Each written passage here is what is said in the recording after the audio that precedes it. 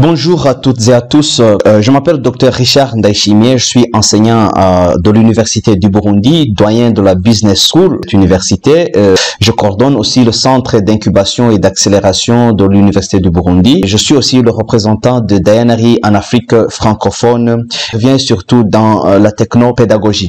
Dans le cadre de cet atelier de 2 jours sur la plateforme de collaboration Finlande-Afrique pour la formation des enseignants et le renforcement des capacités en Afrique centrale et occidentale, j'ai préparé une présentation qui est intitulée les usages de Moodle, plateforme de formation en ligne, dans l'enseignement et l'apprentissage au sein des écoles. Je vais faire un état des lieux, les opportunités, les défis, ainsi que les perspectives qui se présentent pour l'Afrique.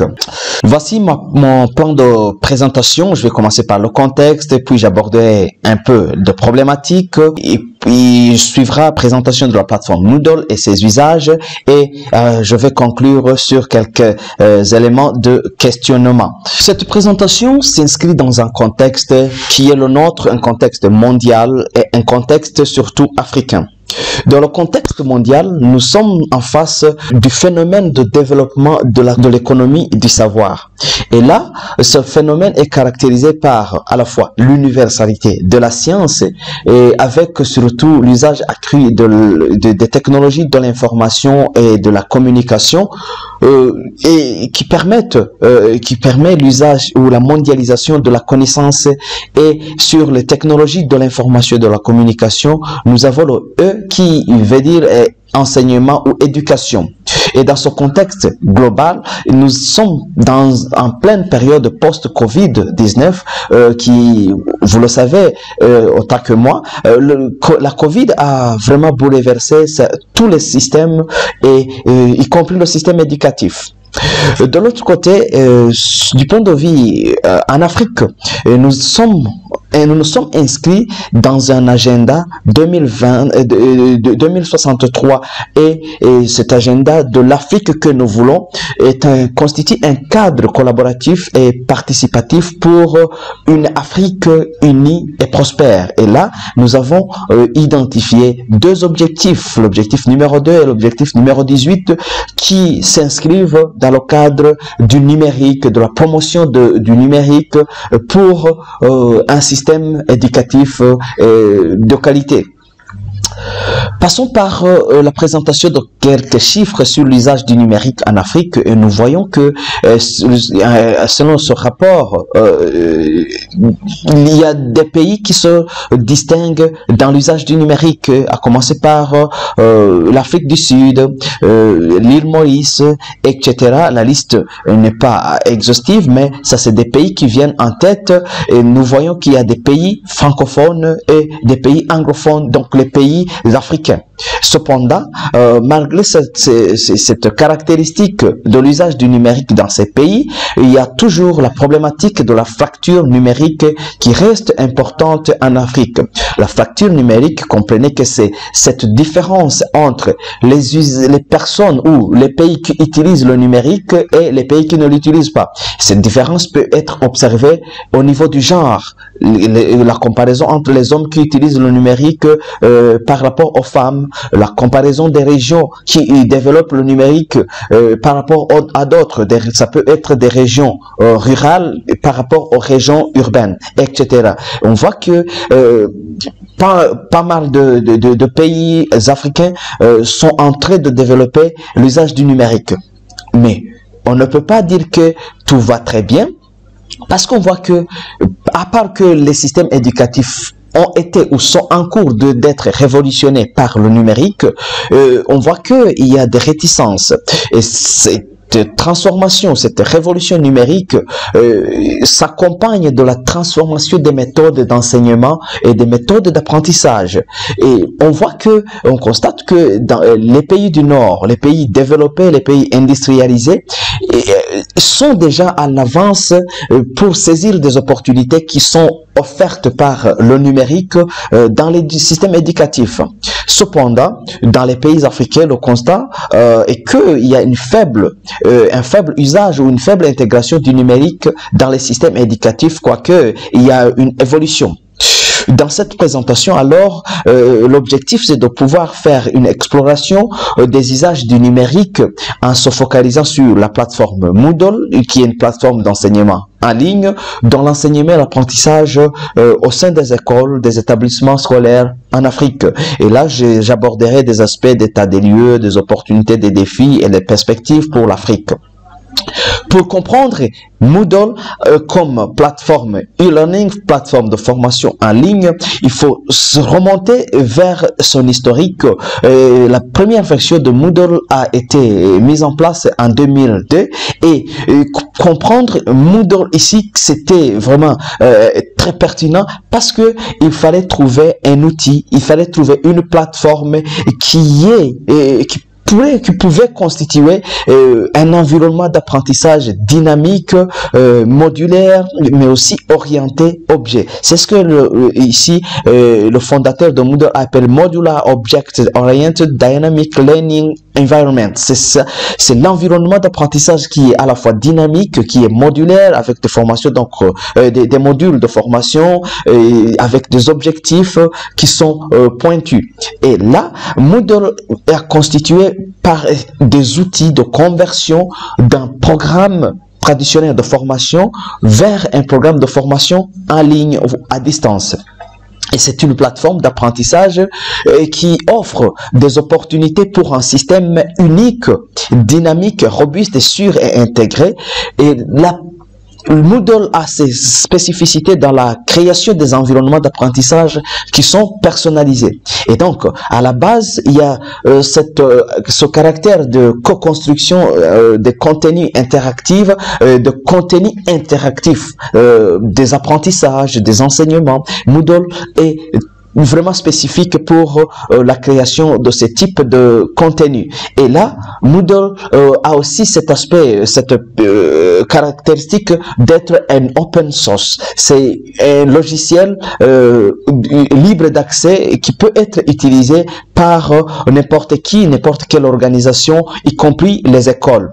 Plusieurs fonctionnalités se présentent alors pour sur cette plateforme qui est finalement un système de gestion des contenus, un système de gestion des cours, si on le dit ainsi.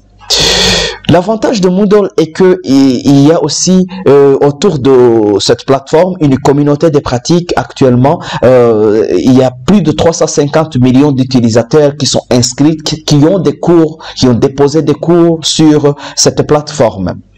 Et parmi les 10 pays sur les 239 qui sont au monde qui utilisent Moodle, on voit qu'il y a les 10 premiers pays qui sont là.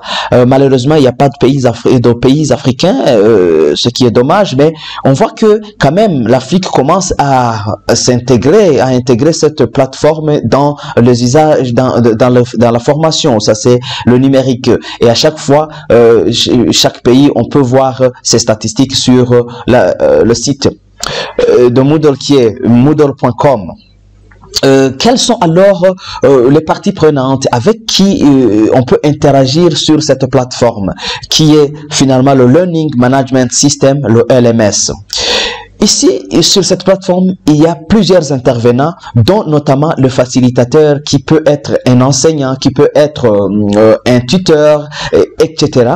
Il y a les apprenants qui ont cet aspect, ce caractère d'interaction. Les apprenants doivent interagir entre eux, d'une part, mais aussi entre l'enseignant, entre eux et les enseignants, ou les facilitateurs. Ça, c'est des intervenants, des parties prenantes principales sur la plateforme Moodle. Mais sur la plateforme, il n'y a pas que ça. Il y a aussi les administrateurs, il y a les technopédagogues, il y a les graphistes. Parlons des technopédagogues, ce sont des acteurs qui essaient de créer un lien entre la pédagogie et le numérique. Et tous ces acteurs-là interviennent sur la base d'un objectif qui est déterminé. Sans objectif déterminé, la plateforme ne va pas servir à grand-chose. Et c'est cet objectif-là, c'est sur cet objectif que ces différents acteurs vont se baser pour créer des contenus et déployer des outils numériques sur la plateforme Moodle. En poursuivant ma présentation, je vous présente un panorama des principaux usages de Moodle. Premièrement, Moodle est un outil qui va permettre d'accroître l'apprentissage et l'enseignement, d'améliorer les méthodes et les techniques d'apprentissage et l'enseignement. Pour cela, Moodle permet de construire des cours en ligne, des cours qui sont offerts sur une plateforme. Mais aussi, Moodle permet de mettre à disposition des ressources et des activités. Les ressources sur Moodle, ce sont les éléments d'appui à la formation. Ça peut être une présentation PowerPoint, ça peut être une vidéo, ça peut être un syllabus, ça peut être une bibliothèque. Tandis que les activités sont des différentes tâches qui sont mises à la disposition des utilisateurs pour interagir, par exemple, dans les forums de discussion, par les tests, les quiz, l'examination, les échanges de pratiques, etc. Moodle permet aussi de créer des interactions entre les différents utilisateurs. Et Moodle donc est un outil vraiment qui va faciliter la collaboration entre les apprenants eux-mêmes, entre les enseignants eux-mêmes, mais aussi entre les enseignants et les apprenants. Enfin, Moodle est là pour développer un système éducatif multimodal et de qualité. Avec Moodle, on peut apprendre de manière asynchrone ou de manière synchrone. Quand c'est synchrone, c'est que il y a des interactions live, des interactions directes. Et quand c'est asynchrone, c'est l'utilisation de cette plateforme en mode différé. Au-delà de ces apprentis, de ces usages de Moodle dans l'enseignement et l'apprentissage, Moodle crée une communauté de pratique, notamment avec l'association des utilisateurs de Moodle qui sont appelés des Moodleurs, mais aussi une académie de Moodle, et tout ça se trouve, de détails sur cette communauté de pratique se trouve sur le site de Moodle qui est www.moodle.com. En Afrique, dans les écoles, quels sont les usages, quel peut être l'usage de Moodle? Et là, j'ai essayé d'identifier des opportunités, des défis et des perspectives. Parlant des opportunités, Moodle est une plateforme qui va permettre de créer des bibliothèques virtuelles, par exemple, la facilitation des examens en ligne pour les écoles. Ça, c'est la première opportunité. La deuxième opportunité, c'est que Moodle permet de développer des activités scolaires d'apprentissage qui sont à la fois actifs, des activités actives, des activités interactives et de qualité. Et la norme de qualité de Moodle est intégré sur cette plateforme qui est robuste et intégrée. Donc, Moodle aussi donne des opportunités d'authentification pour des écoles. Les écoles peuvent créer leur plateforme et essayer de développer, intégrer des outils propres à eux pour leurs intervenants, que ce soit les facilitateurs, les enseignants ou même les écoliers ou les élèves. Ça, c'est des opportunités qui sont là et qui sont vraies et quand on est sur cette plateforme qui est open source. Cependant, en Afrique, il y a quelques défis qui s'observent pour pouvoir saisir ces opportunités. Il y a l'infrastructure numérique qui n'est pas partout adéquate. Il y a cette fracture numérique qui existe en Afrique. Il y a le déficit énergétique, il y a faible engagement de certains acteurs. Ça, c'est des défis. Mais face à ces défis, il y a façon de tirer profit des perspectives qui s'offrent sur l'utilisation de Moodle, et ça permet un investissement sur le numérique éducatif. Et là, je vais parler de perspective de la pédagogie de la classe inversée. Une classe inversée, c'est une classe où cette fois-ci, ce n'est pas l'enseignant qui vient dicter des informations aux apprenants, mais il met à disposition les ressources et les activités pour les apprenants, et les apprenants vont venir vers l'enseignant pour demander des explications, des éclaircissements, pour échanger avec les collègues, etc. Moodle aussi offre des perspectives en création des murs collaboratifs. Des murs collaboratifs, c'est des outils, des logiciels qui sont intégrés sur la plateforme Moodle et qui permettent une collaboration entre les étudiants, entre les enseignants, entre les étudiants et les enseignants. Et ça, c'est vraiment une facilité offerte par Moodle. Et quand on essaie d'intégrer ces outils, cela a du sens pour le numérique éducatif. Mais aussi, le Moodle Moodle offre des perspectives sur l'intégration dans la communauté des pratiques.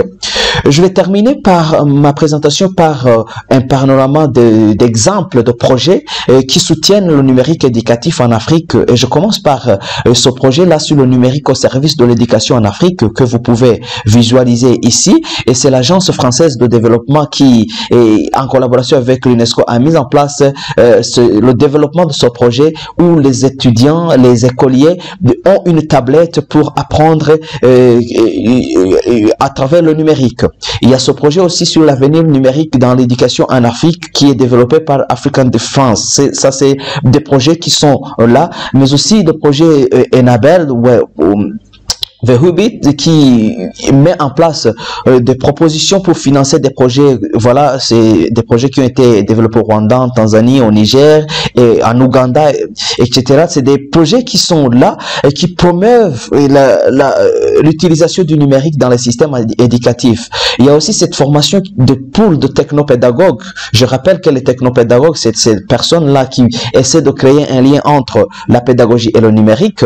Et là, l'AUF a organisé des formations pour la promotion du numérique éducatif et 114 technopédagogues ont été formés et en provenance de 35 établissements des pays comme le Bénin, la Côte d'Ivoire, la Guinée, Mauritanie, Togo, etc. Et ces informations-là sont susceptibles d'aider, de promouvoir l'usage du numérique en Afrique. Il y a aussi le projet Apprendre, que peut-être pas mal d'entre vous connaissent, un projet qui est développé. Bon, c'est même pas un projet, c'est un programme au service des acteurs de l'éducation dans 26 pays. Et voilà, c'est 26 pays qui bénéficient de ce programme. Et tout ça pour le développement du numérique en Afrique à travers des propositions de professionnalisation des pratiques d'enseignants. Il y a aussi cet exemple-là qui m'a frappé et je saisis cette opportunité pour me remercier le professeur Youssi Metsola qui a fait une bonne présentation et il a parlé de e-learning, de online courses et voilà, ça c'est des exemples d'outils de Moodle qui peuvent être utilisés dans les écoles, dans les établissements secondaires au niveau des pays, dans les pays africains. Il y a d'autres projets, programmes qui sont appuyés par des partenaires comme Enabel, notamment pour la conception et la dispensation des modules d'apprentissage en ligne. En guise de conclusion, je dirais que Moodle est là comme un outil, mais aussi comme une pratique que l'on doit vivre. Moodle est juste un bel outil qui propose des espaces pour créer des cours vides, des catégories pour gérer des apprenants, des groupes, etc. Cet outil-là est vraiment très important parce que il offre des cours, la possibilité de création des cours, la possibilité d'intégration de toutes sortes de ressources, de toutes sortes d'activités qui peuvent être utilisées de manière synchrone ou de manière asynchrone. Et ça, c'est vraiment un ensemble qui est intégré et pour créer de bons scénarios pédagogiques et pour développer le système éducatif en Afrique. Mais là, je termine par ce questionnement. Et si le digital était la solution pour améliorer l'écosystème éducatif sur le continent africain? Est-ce que le numérique peut accroître la portée du système éducatif africain?